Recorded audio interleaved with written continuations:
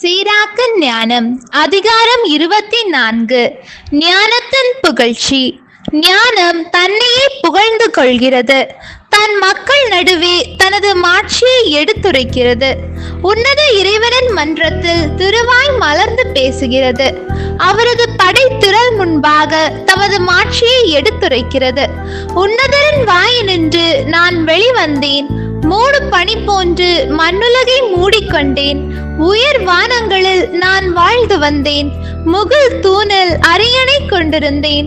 வானத்தையெல்லாம் நானே தனியாக சுற்றி வந்தேன். கீழுலகின் ஆழத்தை ஊடுருவி சென்றேன். கடலின் அலைகள் மேலும் மண்ணுலகம் எங்கும் மக்கள் அனைவர் மீதும் நாடுகள் மீதும் ஆட்சி செலுத்தினேன். இவை அனைத்தின் நடுவே ஓய்வு கொள்ள ஓர் இடத்தை நான் விரும்பினேன். யாருடைய உரிமை சொத்தில் நான் தங்குவேன்.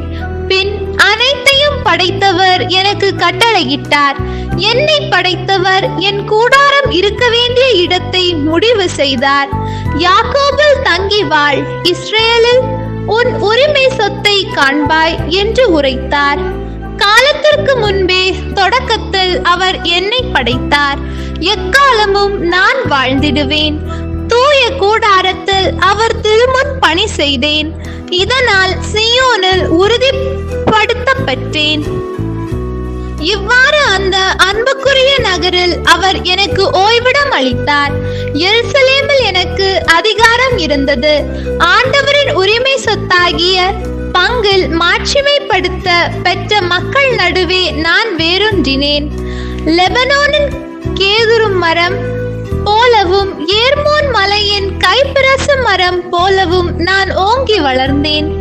எங்கேதி ஊரின் பேரிச்ச மரம் போலவும் எரிகோவின் ரோச்சா செடி போலவும் சமவெளியின் அழகான ஒலிவ மரம் போலவும் பிளாத்தான் மரம் போலவும் நான் ஓங்கி வளர்ந்தேன்.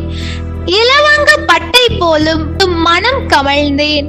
சிறந்த வெள்ளை போலம் போல நறுமணம் தந்தேன்.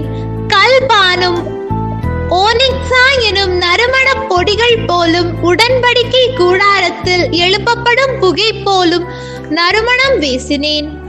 தேவதாரு மரத்தை போல் என் கிளைகளை பரப்பினேன். என் கிளைகள் மாட்சியும் அருளும் நிறைந்தவே. நான் அழகு அளித்திடும் திராட்சை கொடி. மாட்சி செல்வத்தினுடைய கனிகள் என் மலர்கள். நானே தூய அன்பு, அச்சம், அறிவு, தூய நம்பிக்கை ஆகியவற்றின் அன்னை. கடவுளால் குறிக்கப்பட்ட என் பிள்ளை மேல் நான் பொழியப்படுவேன். என்னை விரும்புகிற அனைவரும் என்னிடம் வாருங்கள். என் கனிகளை வயிறார உண்ணுங்கள். என்னை பற்றிய நினைவு தேனினும் இனியது. என் உரிமை சொத்து தேன் அடையினும் மேலானது. என்னை உண்பவர்கள் மேலும் பசி கொள்வார்கள். என்னை குடிப்பவர்கள் மேலும் தாகம் கொள்வார்கள். எனக்கு கீழ்ப்படிவோர் இகழ்ச்சி அடையார். என்னோடு சேர்ந்து உழைப்போர் பாவம் செய்யார். ஞானமும் திருச்சட்டமும். இவ்வாறு ஞானம் கூறிய அனைத்தும் உன்னத இறைவனின் உடன்படிக்கை நூலாகும். மோசே நமக்கு கட்டளையிட்ட யாக்கோபின் சபைகளுக்கு உரிமை சொத்தாக வழங்கப்பெற்ற திருச்சட்டம் ஆகும். ஆண்டவரில் வலிமை கொள்வதை விட்டு விடாதே. அவர் உனக்கு வலுவூட்டும் பொருட்டு அவரை பற்றிக்கொள். எல்லாம் வல்ல ஆண்டவர் ஒருவரே கடவுள். அவரை தவிர வேறு மீட்பர் இல்லை. பீசோன் ஆறு போன்றும் அறுவடை காலத்து திக்ரீசு ஆறு போன்றும் திருச்சட்டம் ஞானத்தால் நிறைந்து வழிகிறது.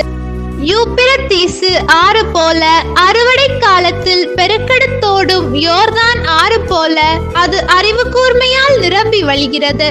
திராட்சை அறுவடை காலத்தில் நைல் ஆறு வழிந்தோடுவதை போல் அது நற்பயிற்சியை பெருக்கெடுத்து ஓட்டச் செய்யும். முதல் மனிதன் ஞானத்தை முழுமையாக அறியவில்லை. இறுதி மனிதனும் அதன் ஆழத்தை கண்டான் இல்லை. ஞானத்தின் எண்ணங்கள் கடலினும் பரந்தவை.